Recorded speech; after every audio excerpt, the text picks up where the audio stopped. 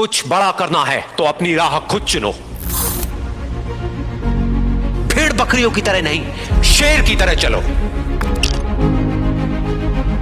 कितना भी कठिन हो रास्ता, हर हाल में आगे बढ़ो।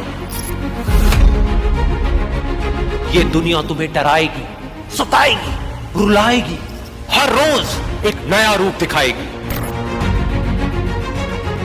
पर जिस दिन तुम अपनी मंजिल को पाओगे, तब यही दुनिया नाम तुम्हारा जपते जपते पीछे पीछे आएगी। बड़ी से बड़ी रुकावट को समझदारी से पार करो। अपने अंदर की कमजोरी पर पूरी ताकत से वार करो। छोटी पड़ जाए हर एक चुनौती, ऐसे खुद को तैयार करो।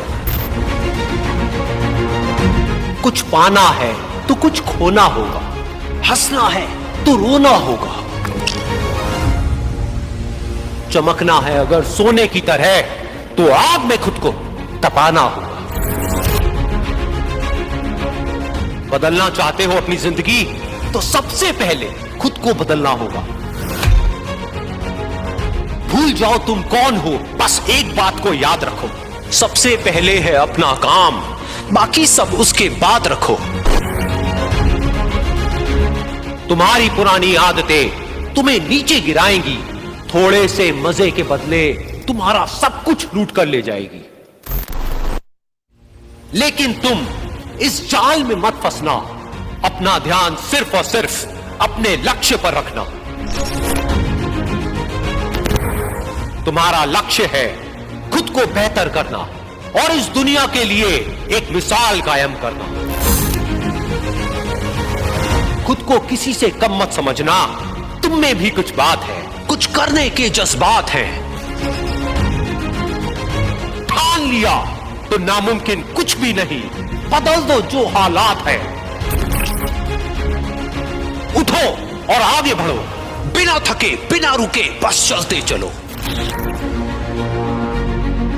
इसमें ना रत्ती भर भी शक है, कामयाबी तुम्हारा हक है। मैं आज तो आपको बहुत ईमानदारी से और 12 साल के तजुर्बे का निचोड़ निकाल के बता सकता हूं कि इस दुनिया में असंभव नाम का कोई शब्द होता ही नहीं है। इंसान कभी भी चंद्रमा पर नहीं पहुंच सकता, पृथ्वी विज्ञान की अधिकतम सीमा है।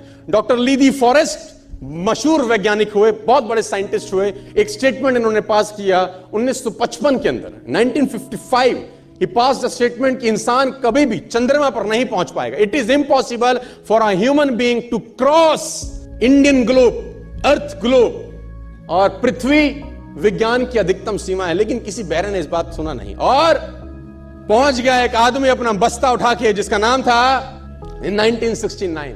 और उसके बाद तो स्पेस जर्नी ऐसी हो गई जैसे आप और मैं अभी पतिया और बैंकॉक चले जाते हैं। लॉर्ड केल्विन बहुत बड़े साइंटिस्ट हुए, उनका स्टेटमेंट आया कि सिर्फ पक्षी उड़ान भर सकते हैं, हवा से भारी मशीन का उड़ान भरना असंभव है। इट इज इम्पॉसिबल कि हवा से कुछ भी भारा हो और वो उड़ सके, क्योंकि ग्रेविटी उसको गिरा देगा। लेकिन तमाचा मारा इन लोगों ने, तमाचा मारा और लिख के दिया कि हमने साइकिल के स्पेयर पार्ट से इंसानों को पक्षी बना दिया।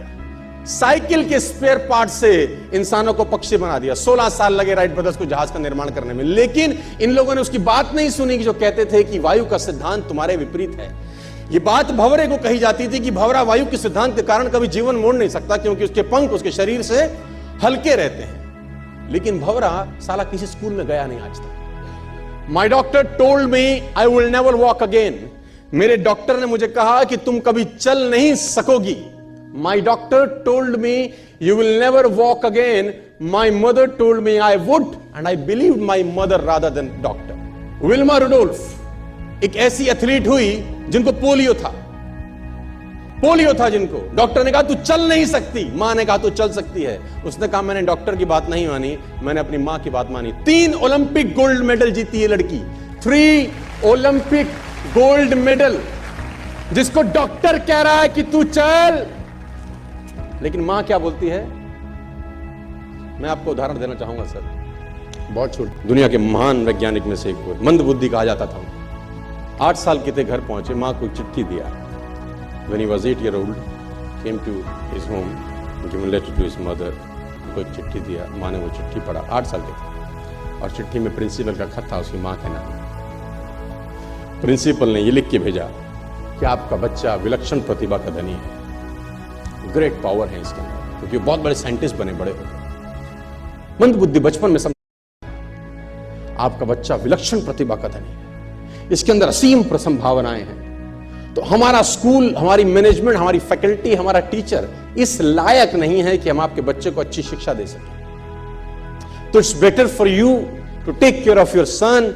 आप अपने बच्चों को अपने घर में पढ़ाइए। हम लायक नहीं है कि आपके बच्चे को पढ़ा सके।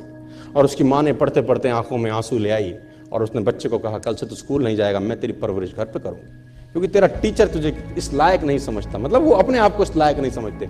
बच्चा खुश हुआ, मोटिवेट हो गया और लग गया। उसकी मां का निधन हो गया। वो अल्बर्ट आइंस्टीन बहुत बड़े साइंटिस्ट हो गए। अल्बर्ट आइंस्टीन जब बहुत बड़े साइंटिस्ट हुए तो मकान शिफ्ट कर रहे थे अपना, और जीवन का सच्ची घटना वो अपनी ऑटोबायोग्राफी में लिखते हैं कि जब मैं मकान शिफ्ट कर रहा था तो एक ड्रॉस के अंदर मुझे वो व्हाइट कलर का पेपर फोल्डेड अवस्था में मिला।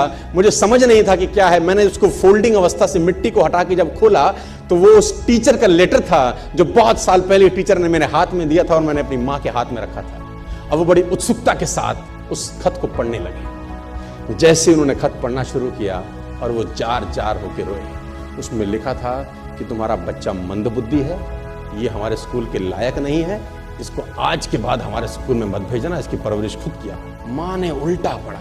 मां ने उल्टा पड़ा कि नहीं, ऐसा नहीं है, तू सब कुछ कर सकता है, तेरे हाथ पास पावर है, तेरे में प्रतिभा है, यू कैन डू वंडर्स। दोस्तों, इस दुनिया में किसी की